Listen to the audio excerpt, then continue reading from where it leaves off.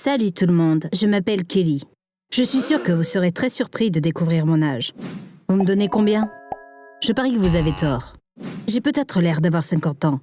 Mais en fait, je n'ai que 15 ans. Oui, j'ai bien dit 15 ans. Le plus bizarre, c'est que quand je suis née, je ressemblais à une octogénaire. Je ressemble à ça parce que je rajeunis chaque année. Et pas qu'en apparence, ma santé est aussi celle d'une personne âgée. Tout comme mon physique, mes organes internes sont vieux aussi. Mais heureusement, ils rajeunissent aussi de jour en jour, parce que je suis atteinte d'une maladie génétique très rare. On m'a dit qu'une personne sur 20 millions en est atteinte. La population mondiale étant d'environ 8 milliards, il y a tout au plus 400 personnes qui en sont atteintes. Cependant, beaucoup meurent jeunes, car cette maladie comporte de nombreux risques pour la santé. Comme je l'ai déjà dit, notre apparence, mais aussi nos organes sont plus âgés. On a des maladies que les gens ont généralement lorsqu'ils sont plus âgés. C'est pour ça que, selon les scientifiques, c'est un miracle que j'ai pu atteindre l'âge de 15 ans. Et c'est grâce à mes parents, qui sont tous deux médecins. J'ai réussi à survivre si longtemps grâce à leur travail acharné et au progrès de la médecine. Je pense que ma vie, que je vais vous raconter, est très inspirante à bien des égards. Comme je viens de le dire, mes deux parents sont médecins. Ils ont commencé à se fréquenter à l'université, mais comme les études de médecine sont longues, ils n'étaient pas pressés de se marier. Ils ont décidé d'avoir un enfant quand ils ont été plus âgés, car ils étaient très occupés par leur travail. Ma mère a eu une grossesse normale à terme malgré son âge. Elle n'a rencontré aucun problème. Enfin, jusqu'à ma naissance. Tout le monde a été choqué en me voyant parce que je ressemblais à une octogénaire. Ma peau était toute ridée. J'avais quelques cheveux blancs sur la tête et deux dents qui étaient carriées. Comme ma voix était très grave, on aurait dit une personne âgée qui pleurait. Au lieu de crier et de pleurer comme un bébé, je gémissais comme le font habituellement les personnes âgées.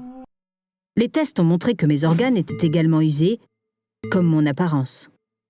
Mon cœur n'était pas très fort, mes os étaient trop faibles, mes poumons, mes reins, mon foie et tous mes organes étaient en très mauvais état, comme s'ils étaient usés par les années. Comme c'est une maladie très rare, ils n'ont pas pu en trouver la cause au début. Après des recherches intensives, mes parents ont appris qu'il s'agissait d'une maladie génétique et qu'il n'existait aucun traitement. Ils ont quand même eu de longues conversations avec des experts en la matière. À la suite de ces conversations, ils ont compris que le seul remède à ce problème était le temps. Selon les médecins, il y avait une forte probabilité que je développe un diabète, de l'hypertension ou un cancer, des maladies courantes chez les personnes âgées. Mais si je restais en vie, je passerais par un processus de vieillissement inversé. Que signifie vieillissement inversé? Normalement, les gens vieillissent un peu plus chaque jour. Mais c'est le contraire qui m'arriverait. Je rajeunirais de jour en jour. Apprendre ça a donné de l'espoir à mes parents. Ils feraient de leur mieux pour me garder en vie le plus longtemps possible et ainsi me permettre de rajeunir. Et heureusement, ils ont réussi à le faire jusqu'à présent. Vous avez dû le deviner, j'ai eu une enfance très difficile. Je ne parle pas seulement de tous les problèmes de santé. Je m'y suis habituée avec le temps. Ce qui m'a fait souffrir, c'est que les autres enfants restaient loin de moi. Il y a beaucoup de choses que je ne peux pas oublier. Comme la fois où ma mère et moi sommes allés au centre commercial. J'avais 5 ans, mais je ressemblais à quelqu'un qui avait 70 ans.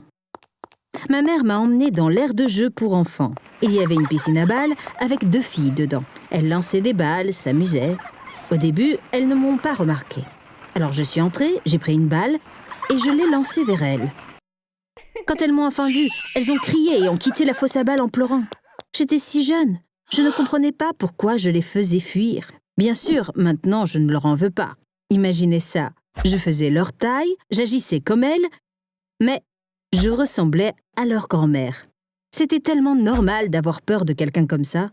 Mais comme je n'avais pas conscience de ça, j'ai tellement souffert du fait que tous les enfants me fuyaient et de ne pas avoir d'amis à cause de mon apparence. En vieillissant, je commençais à paraître plus jeune, mais je ressemblais encore à une femme de 60 ans quand j'avais 10 ans. Mes cheveux étaient encore blancs comme neige. Heureusement, les rides sur mon visage et mes mains disparaissaient de jour en jour. Et surtout, je n'avais plus autant de problèmes de santé. Pour commencer à avoir l'air normal, tout ce que j'avais à faire était de survivre, parce que chaque matin, je rajeunissais. Et puis à ce moment-là, mes amis m'avaient accepté tel que j'étais, donc j'allais aussi mieux émotionnellement. Bien sûr, il y avait toujours quelques tocards que ça amusait de se moquer de moi. À l'école, il y avait un groupe de garçons qui étaient obsédés par moi. Ils trouvaient toujours un moyen de venir m'embêter. Par exemple, quand je parlais avec quelqu'un, ils venaient dire « Pardon, parle plus fort, je ne t'entends pas !» en imitant une personne âgée. Ou bien ils se moquaient de moi en montrant la pomme devant moi à la cantine et en disant « Est-ce que tu as des dents pour manger cette pomme ?» Je ne répondais pas parce que tout ce qu'ils voulaient, c'était que je réagisse. J'ai décidé qu'il était inutile de m'énerver contre eux.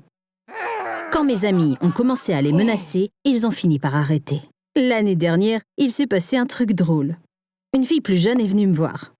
D'abord, elle s'est excusée de me déranger. Puis elle a dit « Notre prof d'histoire nous a donné un devoir sur la Seconde Guerre mondiale. Où étiez-vous pendant la guerre ?»« De quoi vous souvenez-vous ? Je peux vous interviewer. » Vous avez compris. Elle pensait que j'étais vraiment vieille. Au début, je pensais qu'elle se moquait de moi. Mais quand j'ai vu qu'elle était vraiment sérieuse, j'ai éclaté de rire. Vous avez peut-être calculé avec ce que je vous ai dit jusqu'à présent que tous les 5 ans, j'ai 10 ans de moins. J'aurais l'air d'avoir 40 ans quand j'en aurai 20. À 25 ans, j'aurais l'air d'en avoir 30. Et à 30 ans, j'aurais l'air d'une jeune fille de 20 ans. Jusque-là, ça a l'air bien. J'ai hâte que ces jours-là arrivent. Mais que se passera-t-il après ? C'est ça qui me fait vraiment peur. Quand j'aurai 35 ans, je ressemblerai à une jeune fille de 15 ans. À 40 ans, j'aurai l'air d'en avoir 10. Et à 45, je ressemblerai à une enfant de 5 ans. Tout sera inversé. Mes pères commenceront à me fuir parce que je ressemblerai à leurs enfants. Bien sûr, même si physiquement je ressemblerai à une enfant, mentalement, je serai toujours une adulte. Peut-être que grâce à ça, ils continueront à me traiter normalement, comme une personne de 40 ans. Il semble que j'aurai des problèmes très intéressants dans ma vie en vieillissant. Par exemple, je veux faire médecine et devenir médecin comme mes parents. Pensez-y, vous prenez rendez-vous à l'hôpital. En entrant dans la chambre, vous voyez un enfant de 8 ans portant une blouse blanche. Quand je dirai au patient « Bonjour, parlez-moi de ce qui vous tracasse », je ne pense pas qu'ils me parleront comme si tout était normal. Maintenant que j'y pense, je suppose qu'être médecin n'est pas le meilleur choix de carrière pour moi. Un autre problème futur est lié au fait d'avoir des enfants. Imaginez juste un instant être mon enfant. Votre mère ressemble à une petite fille, bien qu'elle parle et agisse comme une adulte. Comment le vivriez-vous ? Je ne peux même pas l'imaginer. Pensez-vous que mon enfant me prendra au sérieux quand je lui dirai « Fais tes devoirs, finis ton assiette » ou « Assez de jeux vidéo pour aujourd'hui ». Comment va-t-il gérer le fait que je rajeunisse en vieillissant ? Aimera-t-il avoir une mère qui semble avoir le même âge que lui ou est-ce que ça le dérangera ? Et la vraie question est, que se passera-t-il quand j'aurai 50 ans ? D'après les calculs, je ressemblerai à un bébé à cet âge-là. En réalité, on ne sait pas si c'est ce qui va se passer. Car personne dans ma situation n'a jamais vécu aussi longtemps. Mais comme je suis en bonne santé, il y a de fortes chances que je vive jusqu'à 50 ans. Je me demande ce qui se passera. Ça m'intrigue. Par exemple, vais-je perdre ma capacité à marcher parce que j'aurai les caractéristiques physiques d'un bébé ? Et aussi, puisque les bébés ne parlent pas, devrais-je réapprendre à parler ? Il y a des centaines de questions dont personne ne connaît encore les réponses. Je ne peux y répondre qu'en restant en vie.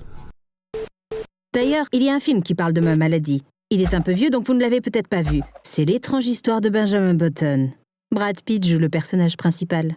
Le protagoniste du film est né avec le corps d'une personne âgée et rajeunit avec le temps, tout comme moi. C'est un film merveilleux, je vous le recommande. Il pourrait vous aider à mieux comprendre les personnes comme moi. Mais je n'ai pas aimé la fin parce qu'une fois qu'il commence à ressembler à un enfant, son âge mental redevient celui d'un enfant aussi. Il oublie tout ce qu'il a vécu, tout ce qu'il a appris. Il oublie même comment écrire. Il commence à se comporter comme un enfant. Ses amis finissent par le traiter comme un enfant. Mais je pense qu'ils l'ont écrit ainsi simplement pour que le scénario ait un sens. Je ne pense pas que ma capacité mentale descendra au niveau d'un enfant. Sinon, j'aurais commencé à parler dès le jour de ma naissance. Je pense que j'aurais l'air d'avoir 5 ans, mais mentalement, j'aurais 45 ou 50 ans. Bien sûr, c'est mon hypothèse. Que pensez-vous qu'il m'arrivera ? Dites-le moi dans les commentaires. Merci de m'avoir écouté. Vous pouvez vous abonner à cette chaîne dès maintenant, si vous souhaitez être averti lorsque de nouvelles vidéos sont postées. Et si vous avez aimé mon histoire, n'oubliez pas d'aimer cette vidéo. Au revoir.